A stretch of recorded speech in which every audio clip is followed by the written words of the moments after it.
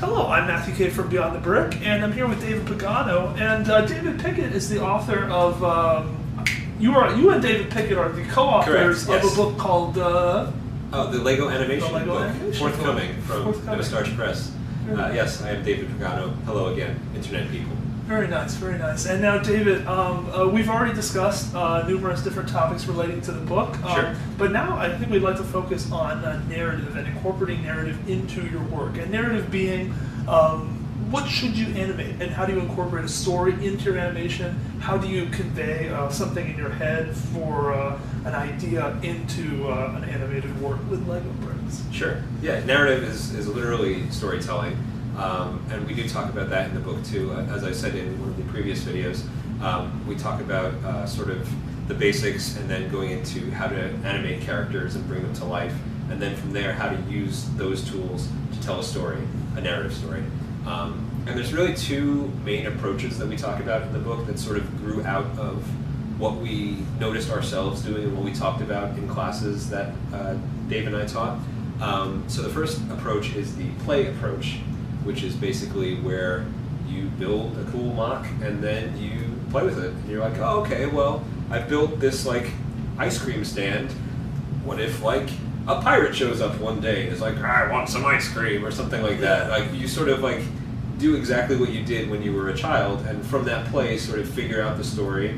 And it, you can either use that to write the story out or just start animating and be like, oh, okay, I want to animate a shot where the pirate shows up on like a floating scooter. And then it's like, okay, well, what would the next shot be? And you sort of build the story in a very stream of consciousness sort of way.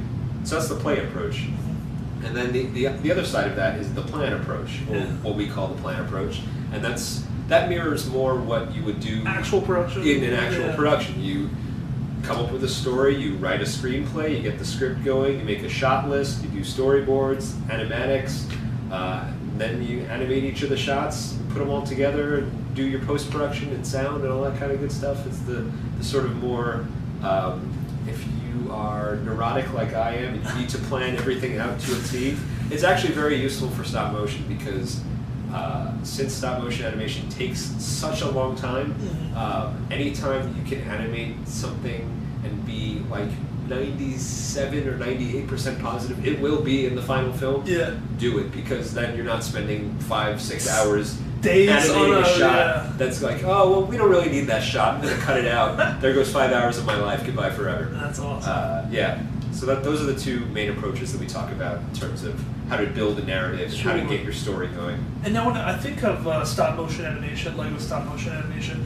I always try to ascribe like a genre to it almost, or is it comedy, is it action, is it, and I have not done this, and it now sounds like something cool to do possibly, but to go onto YouTube and maybe scroll through, do a census, or not a census, but like a sampling of maybe 200 random videos, and what's the most common genre? Interesting. And what is the most or best genre, I guess, for Lego animation in your opinion? What would that be?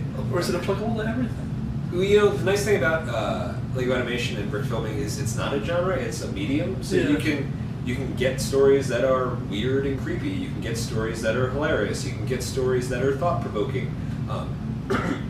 Obviously, minifigures have painted on smiley faces. So maybe humor is humor. Humor. That's what I was getting at. And you know, I hear a lot of like stories and anecdotes from people where it's like they'll show brick films, and audiences who are not familiar with Lego in terms of the hobby or even in terms of brick filming, they will just find the literal act of Lego figures moving in stop motion hilarious in and of itself, which I find really interesting. So there is an inherent humor to Lego animation.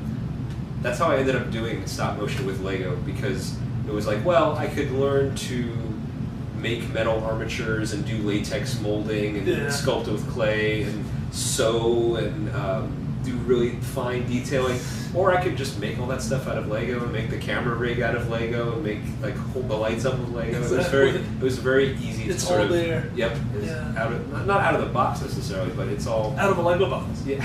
There are techniques that can work for anything. Sure. And this is maybe a tangent to all of this, but Sure. reflectivity in Lego Oh, and now you're really getting into my- reflectivity's Yeah. impact on the telling of a story, or like when it's bad, when it's good.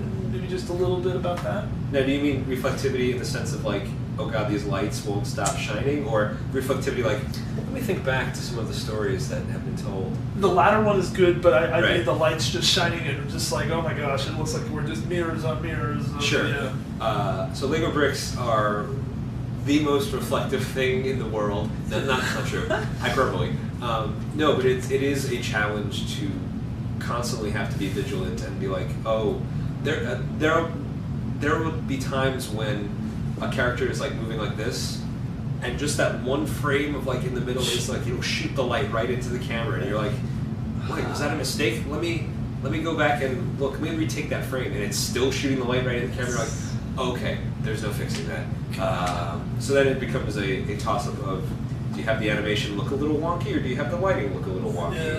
Yeah. And filmmaking in and of itself is like a million decisions that you're making on and on and on. So, and that's just one of them. That's amazing. Well, David, thank you so much for sharing with us. Absolutely. Brilliant.